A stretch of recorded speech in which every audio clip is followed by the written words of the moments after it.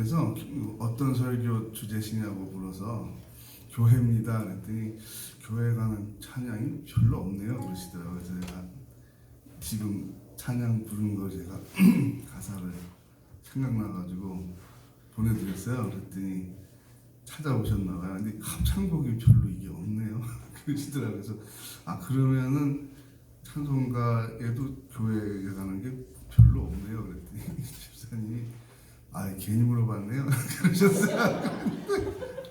그래서 궁금했어요. 그래서 어떤 찬양을 했을까 준비했을까 궁금했는데 고생하셨습니다. 감사합니다. 오늘 설교 주제에 딱 맞는 지금 찬양을 해주셨어요. 우리가 잘 아는 예수님의 12제자 가운데서도 이제 수제자다, 또 많은 활약을 했다라고 하는 사람은 이제 베드로로 잘 알고 있어요. 그렇죠? 그런데 이제 베드로가 이 유명한 말씀을 지금 한 본문 우리가 읽었는데 굉장히 중요합니다. 이 베드로가 한 말의 의미에 대해서 로마 카톨릭과 우리 프로테스탄트, 그러니까 부교와 신교가 교회론이 다른 아주 중요한 근거가 되는 말씀이에요. 먼저 베드로가 고백한 말은 주님은 그리스도십니다 그랬습니다. 그리스도십니다. 그런데 의외로 교회에 이제 몇십 년 다니고 또 이제 빨리 꺼주세요.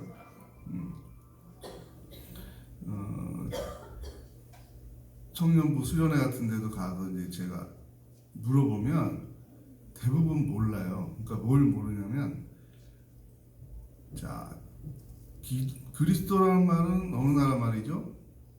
잘 대답을 못해요. 근데 뭐 상관없어요. 어느 나라 말인지는 몰라도 상관없는데 무슨 뜻이죠? 그럼 잘 몰라요. 뜻은 알아야 되겠죠. 어느 나라 말인지는 몰라도. 그럼 대부분 대답하는 친구들은 구원자, 해방자, 그렇게 얘기를 합니다. 자, 예수 그리스도 했을 때 예수라는 말의 이름이 구원자, 해방자라는 뜻입니다. 여호수아도 같은 이름이에요.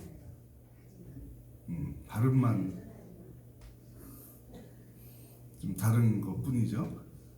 그러면은, 자, 그리스도라는 말은 신약 성경에 지금 쓰여져 있는 말인데, 구약 성경에는 어떤 말을 신약에서 이렇게 번역한 걸까? 그럼 구약은 이스라엘 말, 히브리어로 쓰여져 있고, 신약은 헬라 말, 지금의 그리스 말로 쓰여져 있습니다. 그럼 기독이라는 말은 뭐겠어요? 어느 나라 말이겠습니까? 기독은 우리나라 말인데 이제 한자로 된 우리나라 말인 거죠. 그러니까 그리스도를 한자로 표현한 게 기독입니다. 그래서 기독교라고 우리를 말하는 겁니다. 구약에 어떤 말을 그리스도로 번역한 걸까요?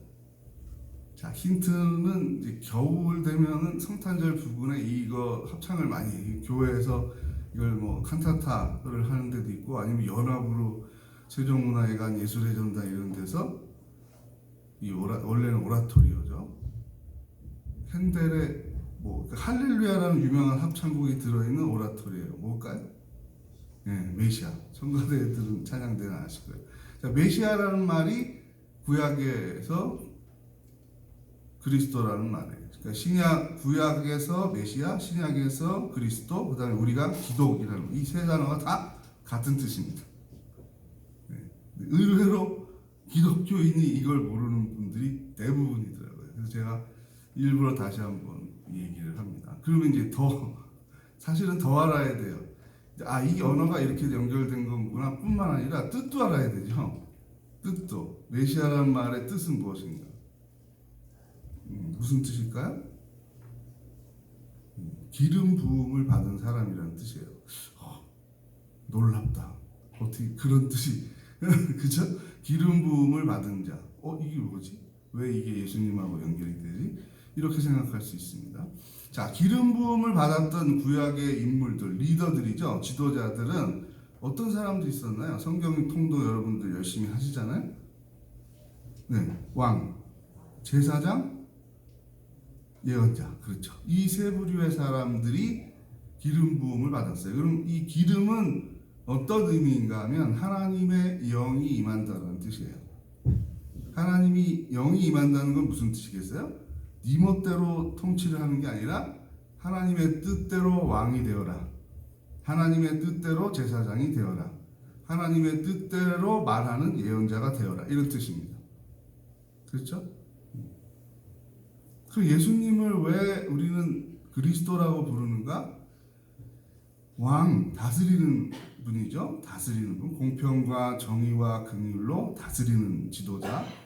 원래 메시아 사상은 왕, king and general. 그러니까 왕이면서 장군인 다윗보다도 더 강한 사람. 이런 소망이었습니다. 그 예수님이 오셨을 당시에는 더 컸겠죠. 그 소망이. 왜? 식민지 지배를 당하고 있으니까. 로마 제국에게 식민지 지배를 당하고 있으니까 다윗 왕보다 더 큰 왕, 더 큰 장군이 오신다고 하니까 엄청난 군사력을 가진, 그러니까 로마 제국을 물리칠 만한 군사력을 동반한 그런 지도자를 기다리는 게 이스라엘의 메시아 소망입니다. 그래서 많은 이적을 베풀고 말씀의 권위가 있을 때 수많은 사람들이 우리가 기다리던 그 메시아구나라고 생각을 했던 거예요. 그런 의미로 지금 베드로도 알고 있었는데 성령의 감동으로 하나님 아버지와 그 영에 감동하여 하나님의 아들입니다까지 지금 가고 있어요.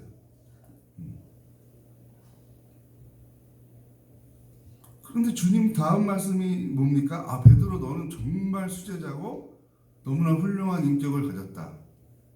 너는 정말 신뢰할 만하다. 너에게 내가 정권을 위임한다. 이런 뜻으로 칭찬한 것일까요? 아니면 여러분 오늘 또 이번 주에 계속 생각을 해보십시오. 아니면 이렇게 신앙 고백을 하는 사람들이 교회가 된다는 말일까? 베드로라는 인격에 강조점을 두고 베드로는 너무 훌륭하다. 영원토록 베드로를 기념해라. 이 뜻일까? 이 본문이. 아니면 베드로가 한 이 신앙 고백이 정확한 성도의 신앙 고백인데 이 고백을 하는 사람들이 교회의 구성원이, 교회의 몸을 이루는 멤버가 된다 라는 뜻일까? 여기에 가톨릭과 개신교가 생각을 달리하고 있는 겁니다. 로마 가톨릭은 이것이 베드로 개인에게 준 인격에 대한 말씀이라고 고백을 하고 있습니다. 그래서 초대 교황이 베드로라고 생각을 합니다. 그래서 그 정통성에 이어받아 지금 현재도 중세에도 근대에도 현대에도 무슨 바오로 메세 무슨 요한 메세 하는 사람들이 교회의 머리로서 하나님을 대신해서 전체 세계의 가톨릭 교회를 지도할 수 있다라고 생각하고요. 지도할 때에는 그 당시에는 교황으로 재임하는 동안에는 절대로 오류를 범하지 않는다는 게 가톨릭 교리입니다. 그게 잘못됐다. 그 교회론에서부터 가톨릭은 잘못된 것이다 라고 종교개혁을 하고 나온 것입니다. 교회의 머리는 오직 그리스도시다. 에베소서의 사도 바울의 가르침이죠.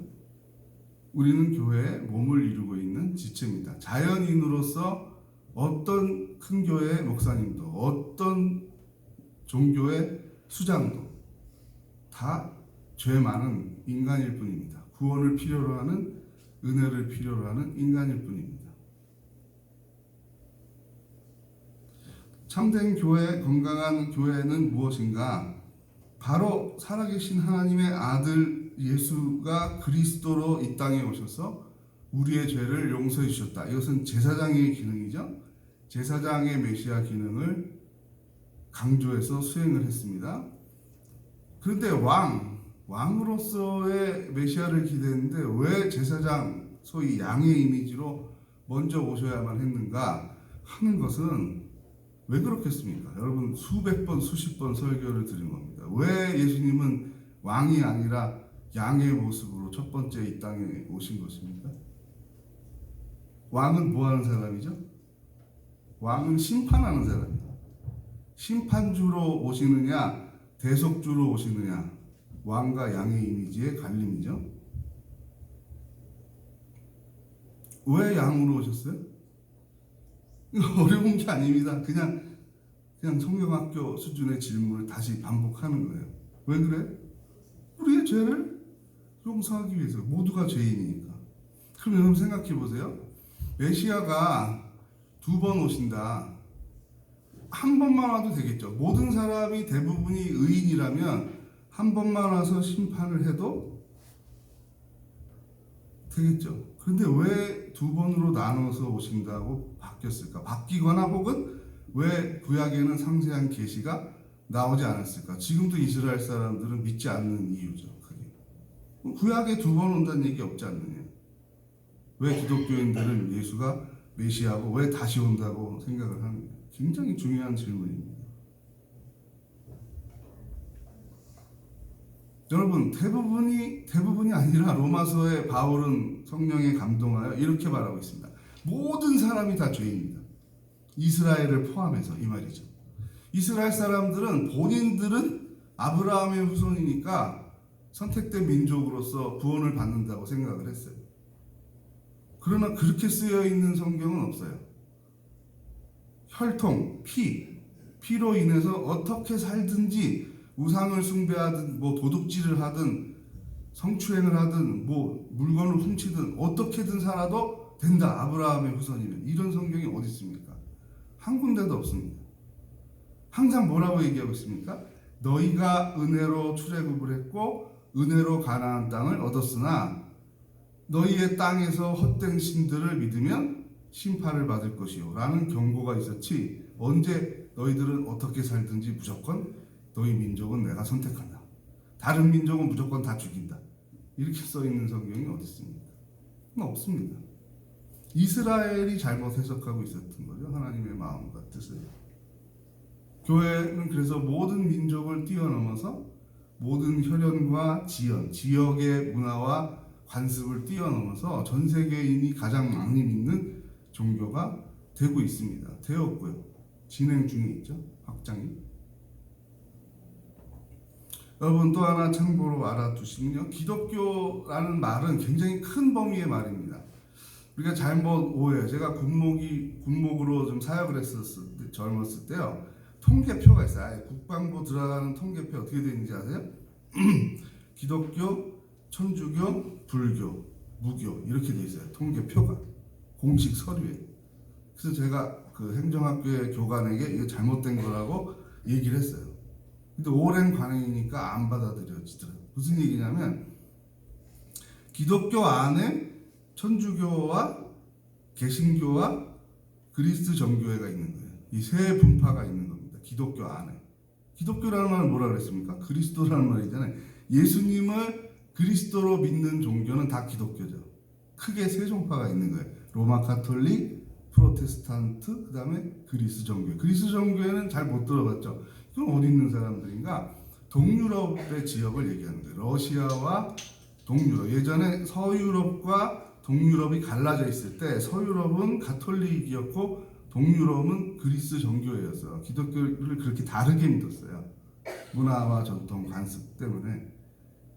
그런데 기독교죠. 그래서 기독교인을 다 합치면 지금 몇 명이나 되냐면 오차가 있을 수밖에 없죠. 23억에서 25억 이렇게 추산을 합니다. 70억 기준으로. 전 세계에서 가장 많은 종교입니다. 기독교가. 우리 스스로가 그걸 모를 때가 많아요. 그렇죠? 그러면 사도행전의 비전이 틀렸는지 맞았는지를 지금 중간 점검한다 그래도 엄청나게 맞은 거죠.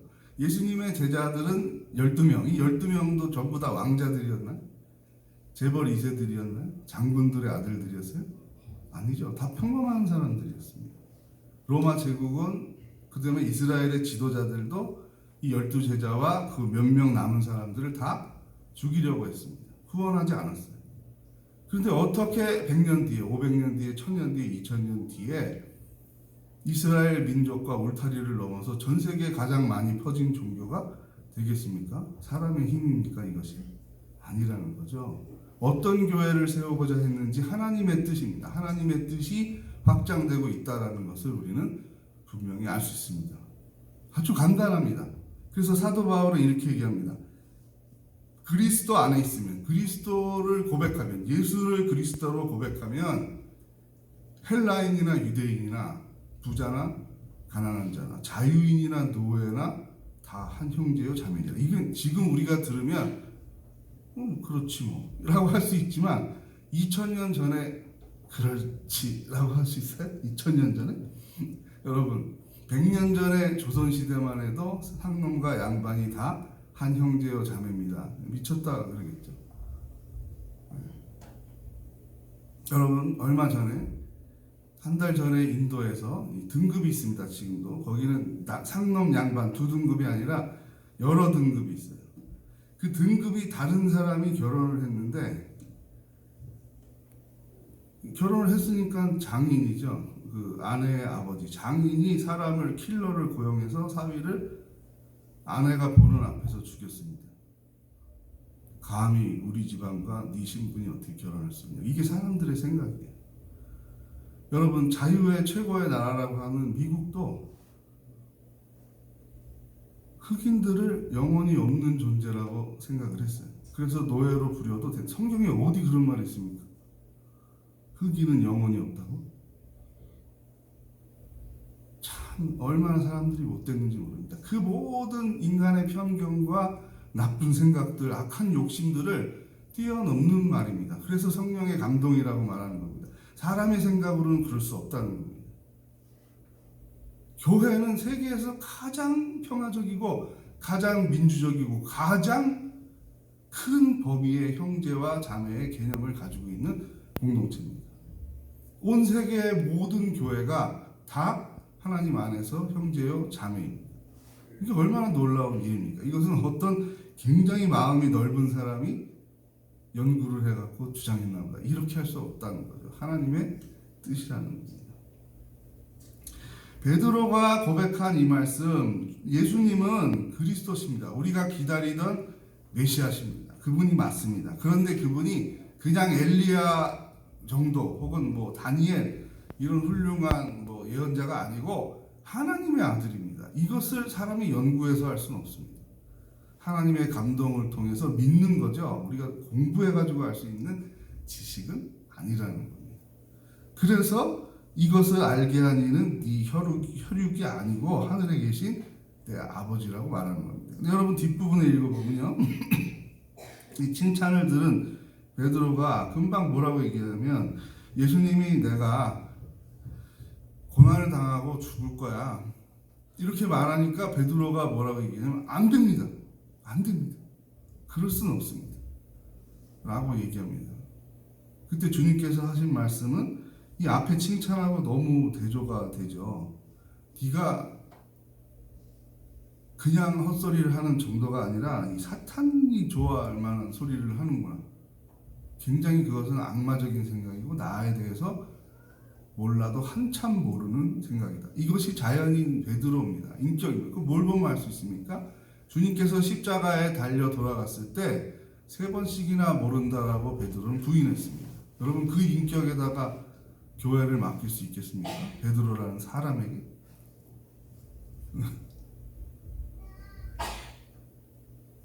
아니라는 걸 알 수 있죠. 네. 재밌습니다. 왜 이 말을 직역을 하면 왜 베드로라고 주장할 수 있게 되냐면 베드로라는 말이 헬라어로 돌이라는 뜻입니다. 이 반석 위에 교회를 세우리니 그랬잖아요. 그 같아요, 언어가. 이 베드로에게 베드로 위에 교회를 세우리니 이렇게 번역해도 되는 말이에요. 근데 개신교에서는 더 의역을 한 거죠. 그렇게 신앙을 고백하는 것이 교회의 기초 돌, 반석이 될 것이다 라는 의미입니다. 그래서 교회가 전 세계를 향해서 많아질 것이다. 베드로와 인격적인 관계를 맺은 혈연과 지연의 관계를 통해서 교회가 퍼져나갈 것이다. 이런 뜻으로 보이세요? 아니죠.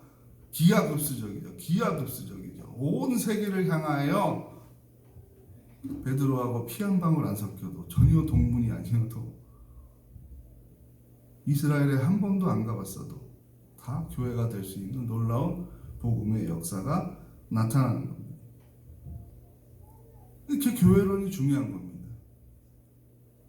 예수 그리스도께서 친히 교회를 이끌어 가시고 우리는 그리스도의 뜻에 순종하는 공동체다. 이것이 개신교 교회론의 핵심입니다.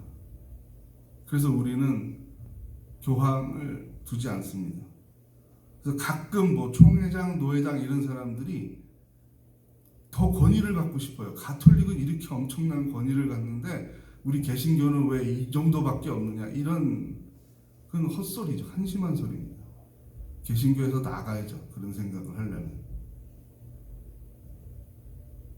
없습니다. 전 세계의 개신교회 회장을 뽑아도 그것은 대단한 권위가 아닙니다. 필요한 행정적인 일이 있어서 맡기는 심부름꾼, 이런 의미지 그 인격에 어떤 정권을 부여해서 뭘 결정하고, 심지어는 중세의 교황들은 뭐까지 결정했습니까? 종교 영역이 아닌 곳에서의 재판권도, 최종 재판권을 다 교황청이 가지고 있었습니다. 그러니까 문학 세계에서 일어난 일, 시비, 법조계에서 일어난 시비, 의료계에서 일어난 시비, 정치계에서 일어난 시비, 과학계에서 일어난 시비의 최종 결정도 다 교황이 하는 겁니다. 교황은 오류가 없기 때문에. 지구는 둥굽니다. 아무리 연구해봐도 지구는 둥굽니다. 지구는 둥글다고 하는 놈들을 불태워 죽여라.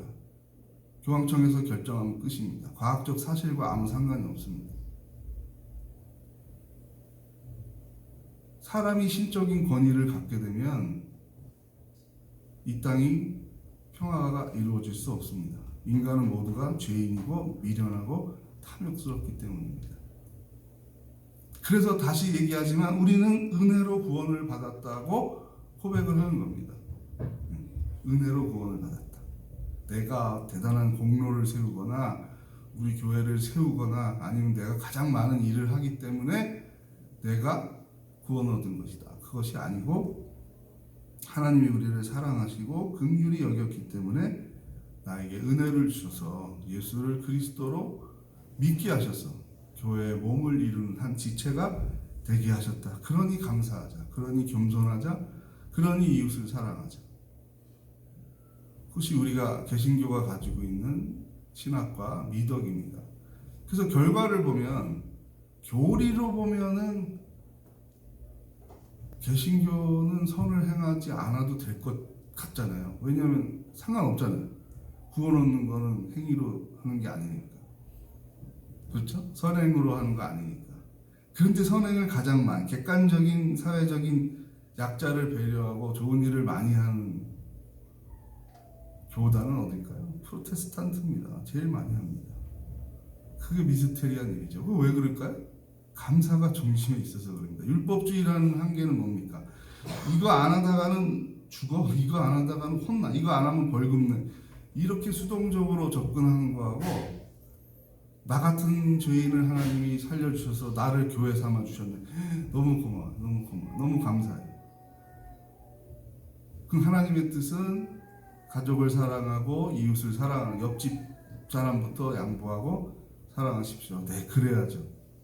내가 하나님께 용서받은 거에 비하면 뭐 옆집 사람이 내 마음에 안 들고 이 정도는 내가 참아야지, 이런 생각을 건강한 기독교인이라면 자꾸 하게 된다는 겁니다. 그래서 하나님께 영광을, 이건 더 선행을 안 해도 된다, 하지 말아라, 이런 뜻이 아니라 인간이 자발적으로 자기가 감사해서 최선의 에너지를 사용해서 인생을 살고 하나님께 영광을 돌리고 이웃을 사랑할 수 있는 최고의 길을 하나님께서 제시해 주신 것입니다. 그 길에 초청을 받은 사람들이 우리들이죠. 교회에 지금 다니고 있는 우리 성도들입니다. 이제 말씀을 맺겠습니다. 자, 교회가 됐다는, 물론 교회는 두 가지 의미가 있습니다. 이 지역의 건물을 의미할 때도 있습니다. 그래서 뭐 군자동에 있는 소망교회, 뭐 군자역 옆에 있는 뭐 일심교회, 이렇게 그 지역과 건물을 지칭하기도 합니다만, 더 중요한 교회의 본질은 예배드리는 우리들, 성도들을 가리키는 말이죠. 예수를 그리스도로 고백하고 그의 뜻대로 살기로 노력하는 예배자들, 이렇게 말하는 게 더 훨씬 정확한 교회의 정의라고 할 수 있겠습니다. 그러나 그 지역도 중요하죠. 여기 군자동의 소망교회 이름으로 모이는 이 교회의 한 지체죠. 그러니까 여러 큰 몸으로 보면 아주 작은 지체인데 이 지체도 중요한 거죠. 그 지체가 혈액순환이 안 되고 잘못되면은 아프잖아요. 우리 손가락 끝에만 썩어도 아무렇지 않잖아요. 일부니까 괜찮다. 그렇지 않잖아요. 유기적으로는 연결되어 있지만 각 지체가 매우 중요합니다. 우리의 신앙 고백 위에 교회를 세웠다라는 것은 하나님의 뜻대로 그 이후에도 인도하심을 받아야 한다는 것이죠. 그래서 이 제자들이 예수님이 십자가에 달리셨을 때 뿔뿔이 도망가고 배신하고 했었던 모습들이 꼭 그들의 문제가 아니라 우리의 문제입니다. 우리도 그럴 겁니다. 우리도 그랬겠죠. 네. 그래서 우리 인격에 기대를 하면 안 됩니다. 사람을 믿으면 안 되죠. 하나님을 믿어야 되는 거고, 사람은 우리가 계속해서 협력하고 용서하고 참아주고 사랑하는 대상이 사람이라는 것을 구분할 수 있어야 합니다.